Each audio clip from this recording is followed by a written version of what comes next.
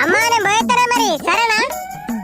అద్దురా బిడ్డ నా మాటింట్రా, కొంచెం చదువుల మనవాడా చదవకపోతే ఏకపోతే గాని ఏదైనా 10,000 జీతమైనా ఈయన చేసుకుంటా, కొంచెం నా కళ్ళ ముంగటుండ్రా. లక్షలు లక్షలు బాకీ వేసి దేశం పోతా అనబడుతుంది. అద్దురా కొంచెం నా మాటిండ్రా బేట. చేట్ అమ్మా ఈ 10,000 జీతం కూడా ఎత్తడే, మనం కోటీశ్వరం కావద్దా? మంచిగా డూప్లెక్స్ బంగ్లా కట్టుకుందాం, కారు కొనుక్కుందాం. కొంచెం ఆయే కొన్ని రోజులు ఓపిక పట్టు. అరే నానే, నువ్వు పోయినాక నాకు ఐఫోన్ పంపిరా సరేనా? నల్లి కుట్లోడా పోరడు ఇంకా పోవడే లేదు. ఐఫోన్ కావాలట ఐఫోన్.